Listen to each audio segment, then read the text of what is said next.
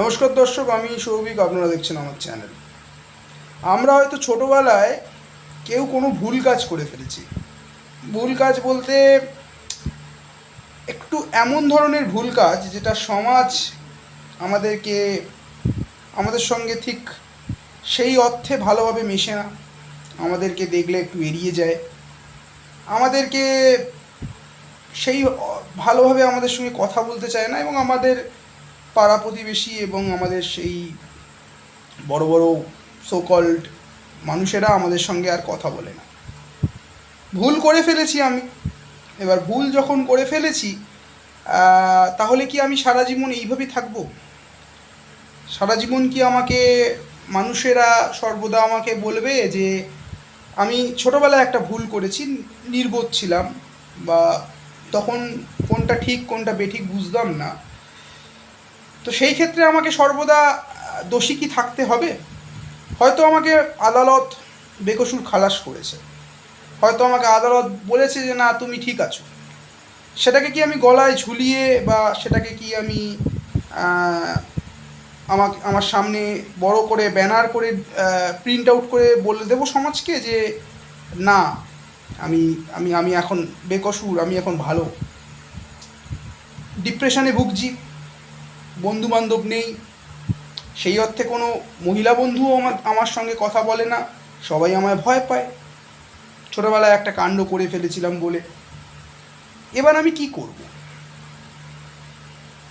কারোর সাথে কথা বলতে পারছি না, পরামর্শ দেওয়ার মতন কেউ নেই, এই কথাগুলো আমি বলতেও পারছি না সবাইকে। আমি হয়তো যে পাড়ায় আমি আগে থাকতাম, সেই পাড়া থেকে ছেড়ে অন্য একটা পাড়ায় গেলাম। সেখানে আমাকে কেউ চেনে না, আমাকে কেউ জানে না। সেখানে আমার নতুন কিছু বন্ধু হলো, বন্ধুবান্ধবরা আমাকে খুব সম্মান করলো, আমাকে খুব ভালোবাসলো, এবং আমিও একটা নতুন এনভায়রনমেন্ট পেলাম, যেখানে আমাকে সবাই সম্মান করছে, আমাকে সবাই আবার আমি পুরনো সেই জীবনটা পাচ্ছি আস্তে আস্তে। পুরনো জীবনটা পাচ্ছি, হঠাৎ নিজের মনেই একটা গ্লানি এলো, বা নিজের মনেই একটা সেই সংজ্ঞাটা এলো আমার, যে আমি যে কাজটা করেছিলাম ছোটোবেলায়, সে কাজটা কি ঠিক ছিল? সেটাকে আমি কিভাবে আবার আমি নিজেকে নিজের মনের দিক দিয়ে ঠিক করব?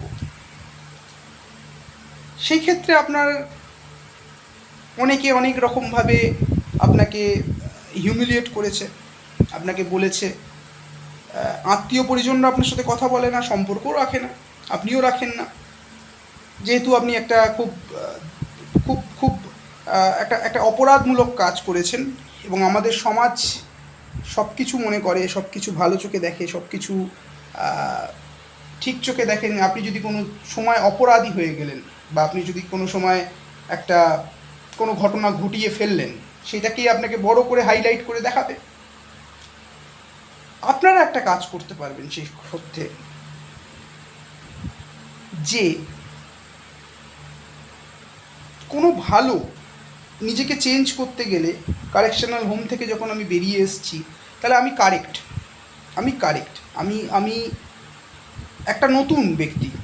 সেই ছেলেটি আর নয়, সেই ছেলেটি যে কারেকশনাল হোমের আগে ছিল, কারেকশনাল হোমের পর যে ব্যক্তিটা বেরোলো, সে একটা নতুন জীবন নিয়ে বেরোলো সমাজের কাছে। এবং সেই সমাজ হয়তো আপনাকে মেনে নেবে না, কি নেবে না, বা নেবে, সেটা আপনার ভাবার বিষয় নয়। আপনাকে একটাই মনে রাখতে হবে যে হ্যাঁ, আমি একটা নতুন জীবন পেয়েছি, এই জীবনটা আমাকে ভালোভাবে, সুস্থভাবে, সৎ পথে থেকে আগামী জীবনে আমাকে দাঁড়াতে হবে। এবং একটা নতুন পরিকাঠামো, নতুন নতুন জীবন জীবন করতে গেলে তো দেখুন,